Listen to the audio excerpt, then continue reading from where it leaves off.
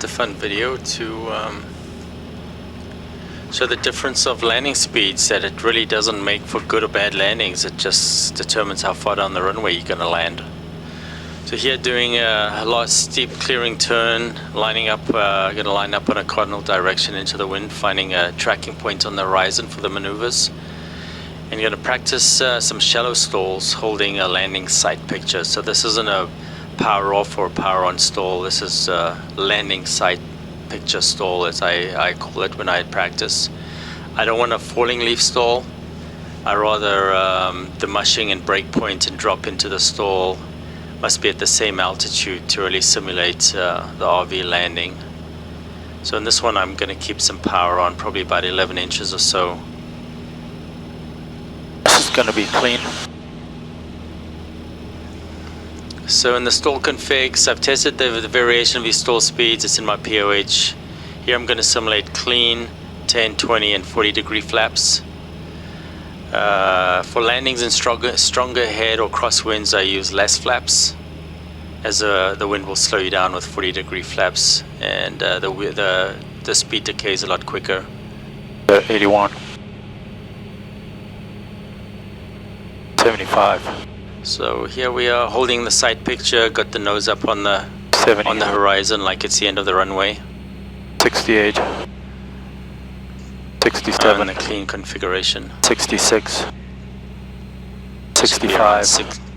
Gonna get down to about 60.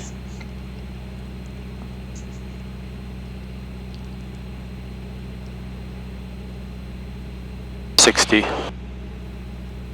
60. 60. 60, that's about it. 60 knots into the buffer. And there. Roll cover. That's clean, was mushing and into the buffer already. Go back to 15. I will go into 10 degree flaps. Gonna go one notch of flaps, 10 degrees, 10 is indicated. 4,300.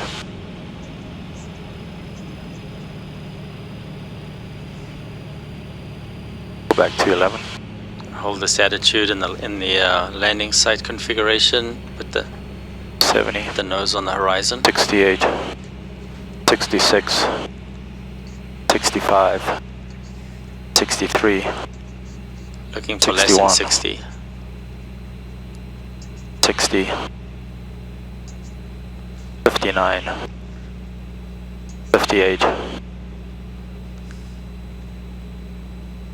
And 58 into the stall buffer.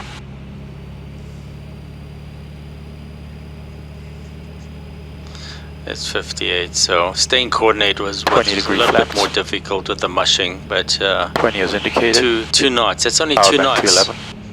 2 knots between 10 and Hold 10 4,300. Already at 65. We're going 20 degrees. 62. Landing 60. site configuration. 59. 58. 58. 57. 56. 56. 55. 55 into the stall buffer at 54. Accelerate. So 54, 20 degree flaps. 40 degree flaps. Let's try it 40 degrees 40 is now. indicated. Power 11.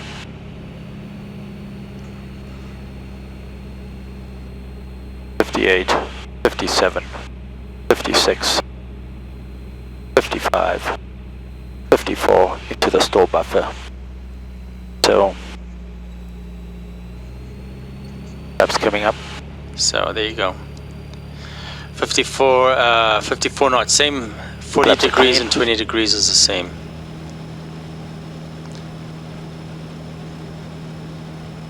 So between 20 and 40 degree flaps, you're just getting more drag, you're not getting extra lift.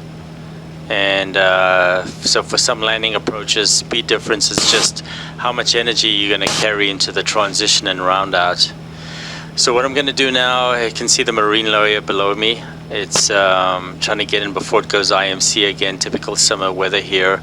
I'm going to do 2 landings, first with 20 degree flaps and the next with 40 degree flaps. Aim point and approach speed will be the same for both. Only difference is going to be, as you'll see, will be the touchdown point. So the key here is not just about landing speed, but to know how your bird flies in different configurations. Speed is just one of the variables. Landing's always the same, sight picture's the same, the approach is the same, the transition into ground effect is the same. The speed you come into is just going to determine how far off your aim point you touch down, and it's really that simple. Traffic King Air 2822, short final 4, Richard Bond. Traffic Harvey 14 Alpha, downwind 04, gonna extend downwind for your back taxi, Superior. Thank you much. Let the King Air get some separation from me. And landing on 04 is like landing on a corrugated roof. It makes it look worse than a tail wheel. The runway's in a bit of disrepair, so you'll see how we hop and bounce around even when we're on the ground there. So we're using 10-degree flaps just to slow down in the downwind. It's not giving more lift. Just going to bring me down from 95 to about 85 knots. Traffic King Air 2822 is back taxi 4. Okay, he's back taxiing. He's going to be out of my way in time. A beam, 20-degree flaps. 20 indicated. Prop mixture forward, fuel pump is on, landing lights on. Beam checklist complete. 11 inches power. Trim nose up.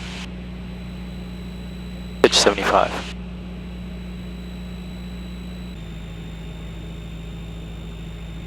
Prop mixtures forward, fuel pump is on, landing lights on.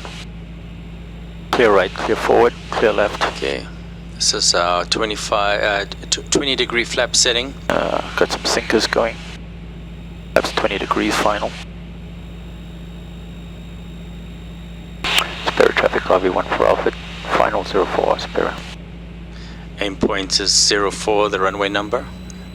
Push some power in, arrest the sink. So I'm going to be looking at 04, but trying to land on the second stripe after that aim point. Oh, it's starting to pop Holding up. 75 knots. Some summer turbulence as usual.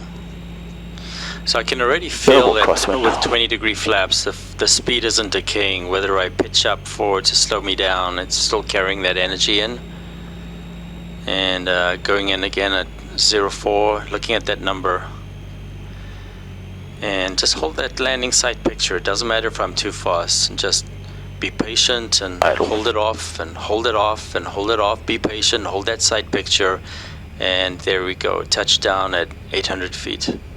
So instead of hitting the second stripe, you can see that Flaps going up. I hit 800 feet. Let's go around and do the 40-degree flap test. Aim point again is the top of runway 04, the number. And gonna try and land on the second stripe after the aim point. 75 knot approach speed. So the main consideration here is that you're going to have less time to react, so you've got to set up quicker for the transition into landing. With the height and the round out must be perfect. 20-degree flaps allows for more adjustment and correction while it settles, as you can see to that 800 foot mark. Here you're going to drop in really quickly. Get your height above the runway, get the sight picture in, hold it off, and bang, there it is on the second stripe. And the corrugated roof is just bouncing me around like crazy. So that's pretty much it. Well, regardless of your approach speed, keep your landing sight picture, be patient, and you'll make a good landing anyway.